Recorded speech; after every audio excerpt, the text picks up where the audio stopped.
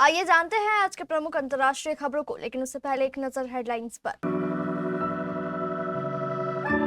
America पर Iran का जवाबी हमला, आईआरजीसी बोला 8 सैन्य ठिकानों को किया तबाह। शहीदों की शहादत छिपाने के लिए आरोपों पर रक्षा मंत्रालय का जवाब। तारिक रहमान के दौरे पर चीन ने बांग्लादेश को क्या देने का किया वादा। कराची में भीषण आतंकवादी हमला, 6 टेररिस्ट और 4 रेंजर्स मारे गए। हिजबुल्लाह ने इजराइल से समझौते को किया खारिज। ईरान पर यूएस एयर स्ट्राइक के बाद फिर एक्टिव हुआ पाक। पुरुष पुलिस कर्मियों के सामने कपड़े उतारने के लिए किया गया मजबूर। कच्चे तेल के दामों में गिरावट नहीं है, रिटेल में बदलाव। शादी के 10 साल बाद गौरव खन्ना और आकांक्षा का होने जा रहा तलाक। और वैभव सूर्यवंशी इन, संजू सैमसन आउट। दूसरे टी20 में श्रेयस अय्यर करेंगे बड़े बदलाव। ईरान और अमेरिका के बीच एक बार फिर बड़ा तनाव देखने को मिला है। अमेरिकी राष्ट्रपति डोनाल्ड ट्रंप ने ईरान को अल्टीमेटम दिया था कि सीजफायर का उल्लंघन ना करे। इन सब के बीच ईरान की सेना आईआरजीसी ने दावा किया है कि उसने अमेरिका के 8 सैन्य ठिकानों पर बड़ा मिसाइल और ड्रोन हमला किया है। ईरान का कहना है कि यह हमला अमेरिका की तरफ से की गई नई आक्रामकता का जवाब है और इससे उन्होंने निर्णायक जवाब कहा है। ईरान की रिवोल्यूशनरी गार्ड्स ने बताया है कि यह ऑपरेशन रात करीब 2 बजे से 3 बजे के बीच किया गया।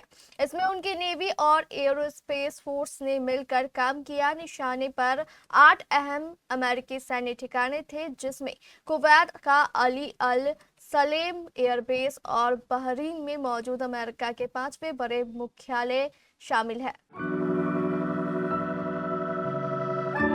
ऑपरेशन सिंदूर के 6 शहीदों को सम्मान न देने के कांग्रेस के आरोप पर रक्षा मंत्रालय ने सफाई दी है।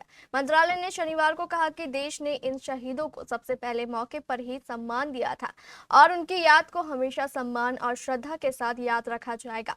यह विवाद कांग्रेस नेता पवन खेरा के एक आरोप से शुरू हुआ। खेरा ने शुक्रवार और शनिवार को सोशल मीडिया पर पोस्ट करके कहा कि सरकार ने ऑपरेशन सिंदूर में शहीद हुए 6 जवानों की कुर्बानी को 1 साल तक छिपा कर रखा और उन्हें शहीद का दर्जा नहीं दिया। उन्होंने शुक्रवार को एक खबर का लिंक भी शेयर किया था। इस आरोप के जवाब में रक्षा मंत्रालय ने बिना किसी का नाम लिए कहा कि कुछ मीडिया रिपोर्ट और सोशल मीडिया पोस्ट में गलत तरीके से यह बताया गया कि इन 6 जवानों की कुर्बानी को अभी हाल में पहली बार सामने लाया गया है।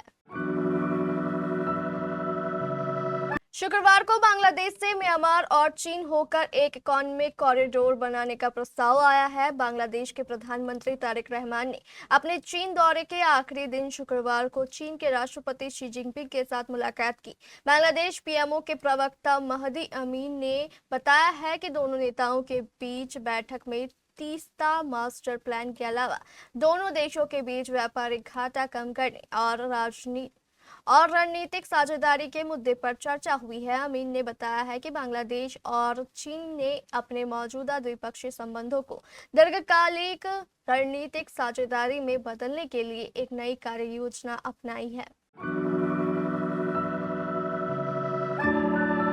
पाकिस्तान के सबसे बड़े शहर कराची में शनिवार रात एक बड़ा आतंकी हमला हुआ। आतंकियों ने सिंध रेंजर्स के मुख्यालय पर धावा बोल दिया। सुरक्षा बलों की त्वरित कार्रवाई में 6 आतंकवादी मार गिराए गए, जबकि एक हमलावर को जिंदा पकड़ लिया गया। करीब 90 मिनट तक चली इस मुठभेड़ में 4 रेंजर्स की मौत भी हो गई। अक्टूबर 2024 के बाद कराची में यह पहला बड़ा आतंकी हमला माना जा रहा है, जिसने एक बार फिर पाकिस्तान की आंतरिक सुरक्षा को लेकर गंभीर सवाल खड़े कर दिए हैं। विश्वसनीय सुरक्षा सूत्रों के अनुसार प्रतिबंधित तहरीक ए तालिबान पाकिस्तान से जुड़े आतंकी संगठन जमात उल अहरार के 7 आतंकियों ने शनिवार रात करीब 8:30 बजे कराची के घनी आबादी वाले गुलिस्तान ए जौहर इलाके में स्थित सिंध रेंजर्स के भट्टाई विंग मुख्यालय पर हमला किया। आतंकियों ने पहले विस्फोटकों से भरे वाहन को मुख्य गेट से टकराकर परिसर में प्रवेश किया और इसके बाद हैंड ग्रेनेड फेंकते हुए अंधाधुंध फायरिंग शुरू कर दी। हमले के तुरंत बाद रेंजर्स के जवानों ने मोर्चा संभाल लिया।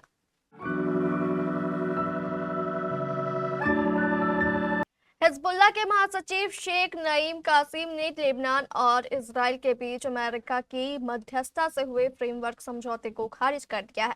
बीबीसी उर्दू के मुताबिक उन्होंने इसे लेबनान की संप्रभुता का उल्लंघन करने और इजरायली कब्जे को वैध बनाने का प्रयास बताया है। ईरानी समाचार एजेंसी IRNA के अनुसार शनिवार को जारी एक बयान में शेख नईम कासिम ने कहा, इस समझौते के बजाय ईरान और अमेरिका के बीच हुए MOU को लागू किया जाना चाहिए और इजराइल की लेबनान से वापसी तक प्रतिरोध जारी रहना चाहिए। उन्होंने कहा, हिजबुल्लाह के हथियार डालने की शर्त पर दक्षिणी लेबनान से इजरायली सैनिकों की वापसी करना एक बेहद खतरनाक प्रस्ताव है। यह समझौता इजराइल के दीर्घकालिक कब्जे और लेबनानी क्षेत्रों के विलय का मार्ग आसान कर सकता है। पश्चिम एशिया में शांति की उम्मीदों को फिर एक बार झटका लगा है। अभी कुछ दिन पहले अमेरिका और ईरान ने शांति बहाली के लिए एक समझौता ज्ञापन पर साइन किए थे, लेकिन ताजा हमलों ने इस समझौते को पूरी तरह खतरे में डाल दिया है। दोनों देशों के बीच भड़के इस नए तनाव के बीच पाकिस्तान ने ईरान को फोन मिलाया है। जानकारी के मुताबिक पाकिस्तान ने ईरान को भरोसा दिलाया है कि वह क्षेत्र में स्थिरता लाने के लिए अपना कंस्ट्रक्टिव रोल निभाना जारी रखेगा। शनिवार को जारी एक बयान के अनुसार पाकिस्तान के उप प्रधानमंत्री इशाक डार ने ईरान के विदेश मंत्री अब्बास अराक्ची से फोन पर बात की है। ब्रिटेन के foreign Commonwealth and development office ने कहा है कि वह UAE में हिरासत में रखी गई एक ब्रिटिश महिला और उसके परिवार की मदद कर रहा है। ब्रिटिश ब्रांच जॉन लुइस में काम कर चुकी ब्रूक को 22 जून की सुबह गिरफ्तार किया गया और उन पर पहले ही योजना बनाकर हत्या का आरोप लगाया गया। अगर वह दोषी पाई जाती है तो UAE के कानून के तहत उन्हें मौत की सजा हो सकती है। डिटेन्ड इन दुबई ने बताया है कि ब्रूक ने आरोप लगाया है कि उन्हें एक महिला पुलिसकर्मी की मौजूदगी के बिना पुरुष पुलिसकर्मियों के सामने कपड़े उतारने के लिए मजबूर किया गया। उन्होंने कहा कि यह उनके लिए बहुत शर्मनाक और तकलीफदेह था। देश भर में आज 28 जून को पेट्रोल और डीजल की रिटेल कीमतों में कोई बदलाव नहीं देखा गया। तेल कंपनियों ने आज सुबह भी पुरानी कीमतें ही जारी रखी है। वहीं ग्लोबल मार्केट में कच्चे तेल के दामों में भारी गिरावट दर्ज की गई है, जिससे आने वाले दिनों में देश में भी तेल सस्ता होने की उम्मीद बढ़ गई है। ग्लोबल मार्केट में कच्चे तेल की कीमतों में इस हफ्ते बड़ी कमजोरी देखी गई है। इंटरनेशनल बेंचमार्क ब्रांड क्रूड करें 4.3% गिरकर $71.99 प्रति बैरल पर आ गया है। वहीं अमेरिकी क्रूड यानी WTI भी लगभग 3.7% की गिरावट के साथ $69.23 प्रति बैरल पर बंद हुआ। एक्सपर्ट्स की माने तो दुनिया के बड़े देशों में तेल की मांग में आई सुस्ती और हॉर्मुज स्ट्रेट के रास्ते सप्लाई सुगम होने की उम्मीदों के चलते कीमतों पर यह दबाव बना है।